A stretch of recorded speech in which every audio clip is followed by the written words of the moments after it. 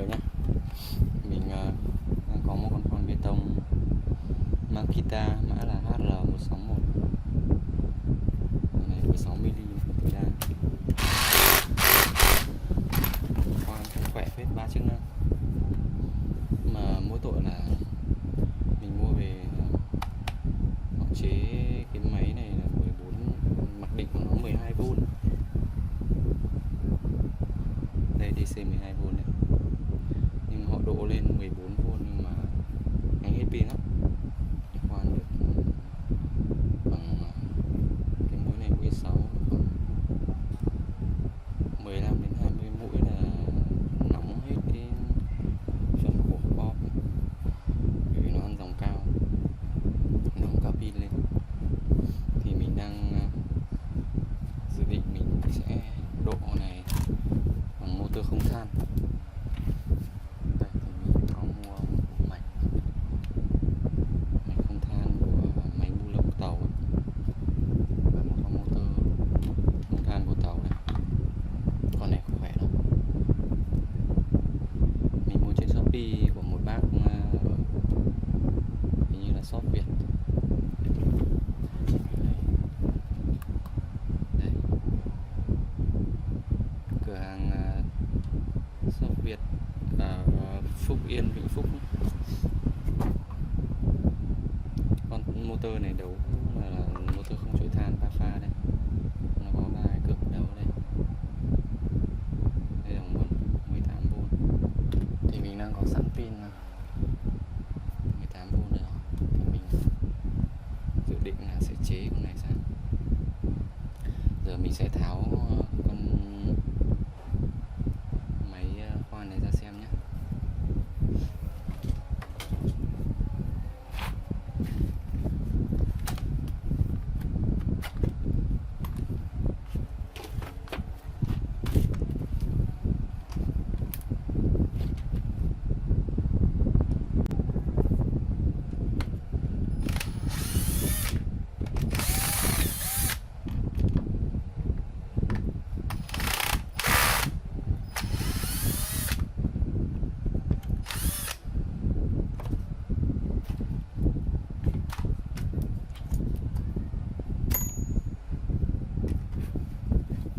Tháo ghe ra nhé.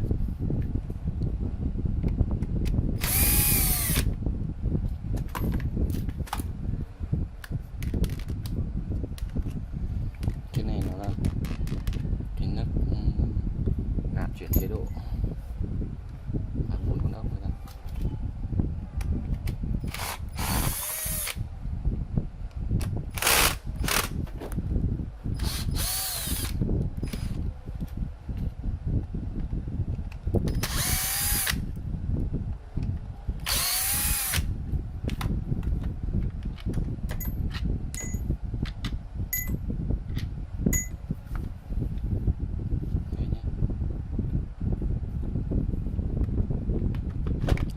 Makita cổ xưa.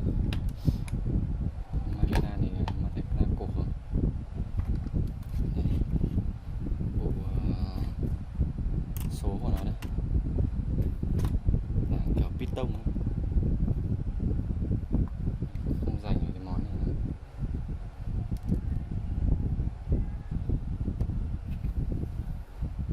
Phần này nó có cái răng này để chống bụi. Tháo ra xem nhé.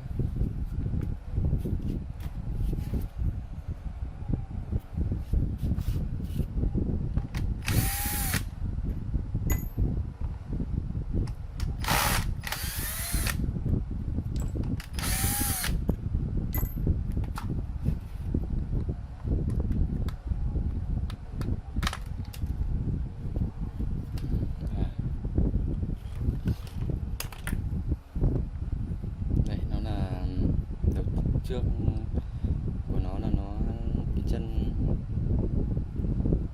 pin đúc đây này. Thì họ dùng chuyển đổi sang loại chân thông dụng.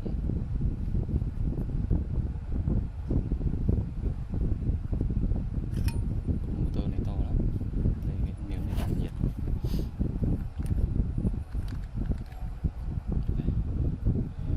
Con motor này là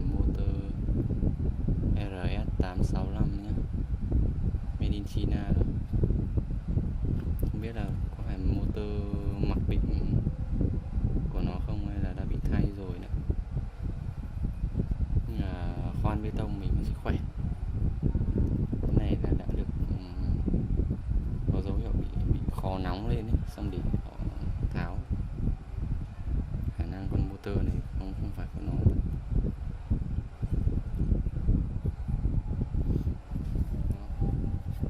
Mình dự định mình sẽ thay con motor này vào. Đây cũng trục 5 ly này. Trục 5 ly. Hàng này nó dùng nam châm rất hiếm nên rất khỏe. Có mỗi cái là cái vỏ này nó bằng nhựa thì là nó không được lâu. Mình sẽ thử.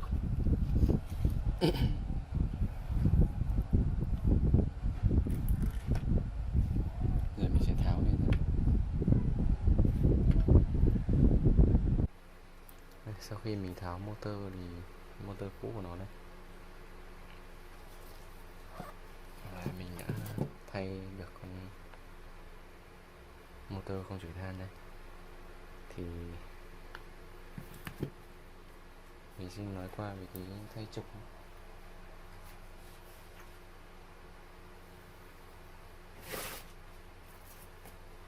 Đây.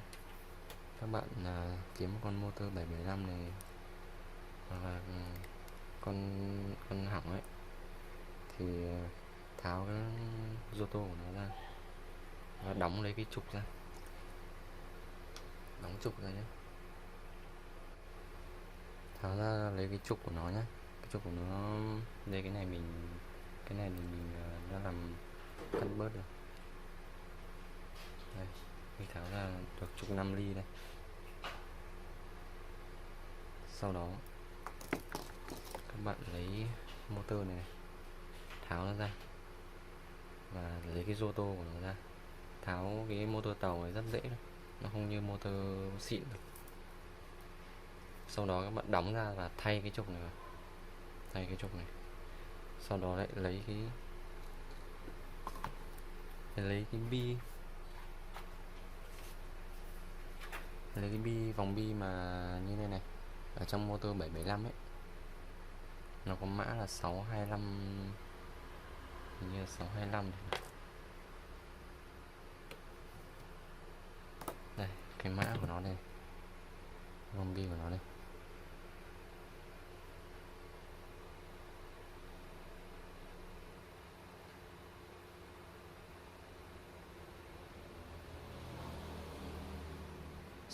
Z nhé.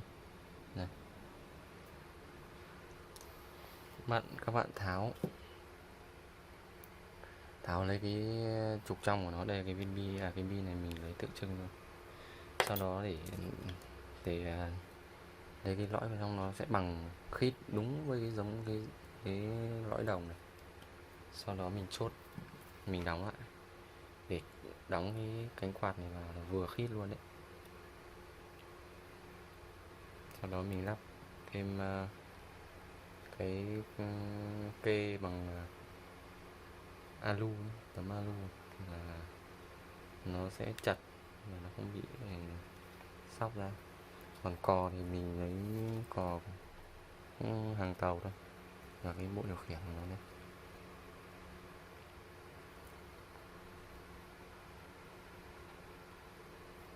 Giờ mình sẽ đi lắp và để thử nhé.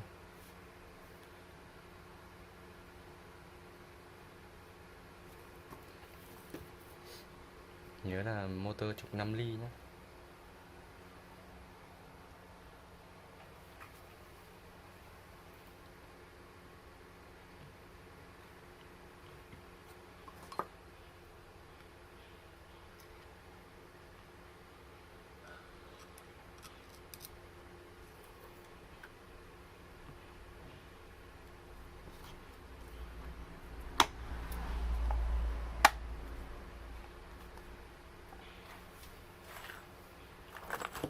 Giờ mình sẽ lắp vào. Đây, sau khi mình đã lắp vỏ nhé, pin 18V 5A đây. Tay cầm này mình chế vào con máy khoan Toto.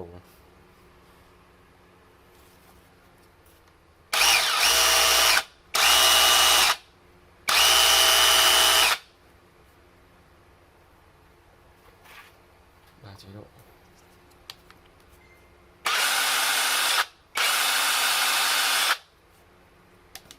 Đúng không?